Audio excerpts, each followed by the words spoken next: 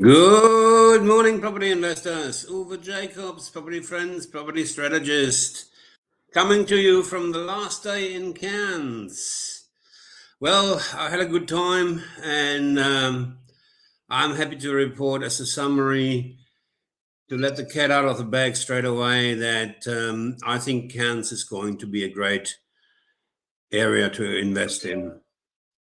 One of the reasons is the hidden capital gain that will only come out in about, I would say, 8 months. The reason why I'm saying that is, and I go again for the example of Cutter's Rise, one of the developments that we're working in. The difference between stage 1 and 2 is about $38,000. So the people that bought in stage 1 have made already $38,000, which is great. But that was mainly because the land was, or the estate was kicked off with a great pricing level. So that was fantastic. But what it also means is that stage 2 at $38,000 more is at the market price and will sell at the market price. Now, stage 2 is scheduled for June, July 2023 to have title. So that's when the actual data is going to come through, and then it will still take 2 to 3 months for it to go through the valuer general's office. So in real terms, we're sitting on capital growth that is real, that has been there, that is achieved, but it is not reflected in the statistics.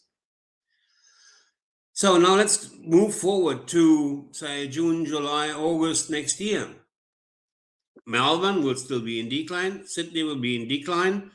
I dare say Brisbane and Perth will have settled down as well, or will be in decline as well. And then there comes Cairns. Rental vacancy, 1%. Capital growth, I would say the figures will look something like 14, 16%. Rental yield, 5.6, 5.7%. Which investor would not go for that? Everybody does. And people will say, shivers. And maybe some, like myself, will use different terms. People will say, this is a good place to invest. And the bellhop syndrome will kick in. So, in my view, definitely a great place to invest. And I asked myself, and I've bounced it around with a number of people, I asked myself, why is it that Cairns did not go down in the pandemic when ostensibly it is a tourist town? And I've been thinking about that for the last 3 or 4 trips. So for the last year and a half, I'm working on that. And I think we've worked it out. I was mentioning that the fabric of Cairns is changing. Government is now the highest income provider, provider of income, provider of, what's the word, GDP for Cairns, in as much that there is a very big health system that goes up to Torres Strait, up to Papua New Guinea, and so on and so forth. The university is the second one, and army is the third one. The naval base here will be very substantially extended because of the threat, perceived or otherwise.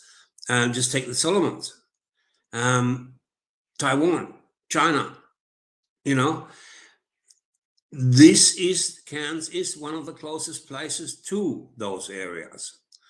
So it makes sense to station more people here to extend the facilities here in Cairns, which is happening. Now, on top of that, we've got hundreds of millions of dollars that is going into infrastructure. Use, for example, the Bruce Highway duplication. So all in all, town is extremely busy in the economy, not in the tourists. Now, here's something interesting on top of everything else. The tourist market, the fabric of the tourist market has changed as well.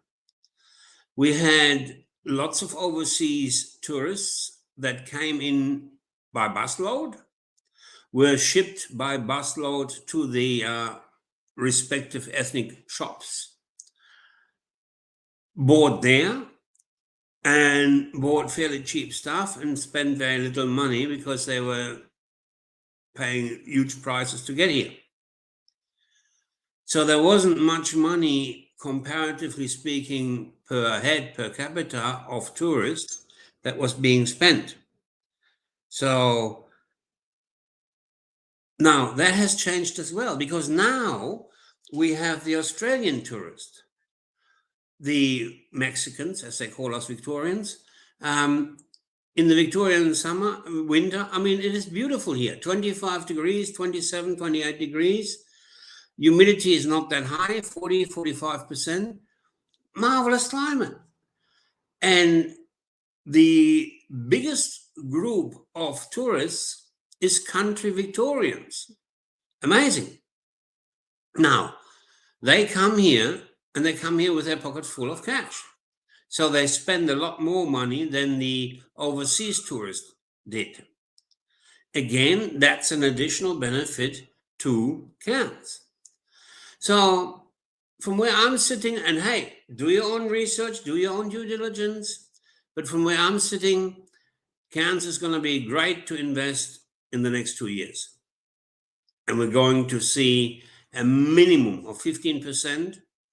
Don't take my word for it. It's just my personal and private opinion. A minimum of 15% capital growth.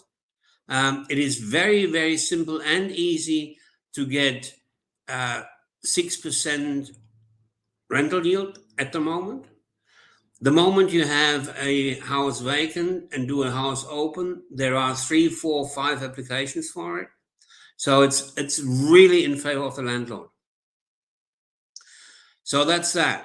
Going to Townsville pretty much right after this, and we'll have a bit of fun there. I'm going to let the cat out of the bag. We have come across something very unexpected, and we're going to have a look at it on the way down to Townsville. Very, very interesting. Maybe a game changer. I don't know. We'll see. Anyway, quickly in regards to NDIS, yesterday was NDIS day. Met some magnificent people, really, really nice people. Met with a participant's sister. We are going to build a house for them, and probably will have one only other participant in that. What is fun about that is we can set up a effectively customized home for Kirsty and can provide great service to her, and at the same time make it work for an investor. So that's a win-win. I love that. Met with an occupational therapist, great connection there. Met with 2 ladies from the Townsville Hospital, great connection there. What took me 2.5 years in Townsville, and learning the game, of course, took me 2.5 days in Cairns. That's what I like better. All right, so that's my report for today. We'll make it quick, fast, and furious. Have a great day. Tomorrow, same time. No, tomorrow's Sunday. Tomorrow, no Road Warrior. Monday, same time, same bad channel. Have a good one.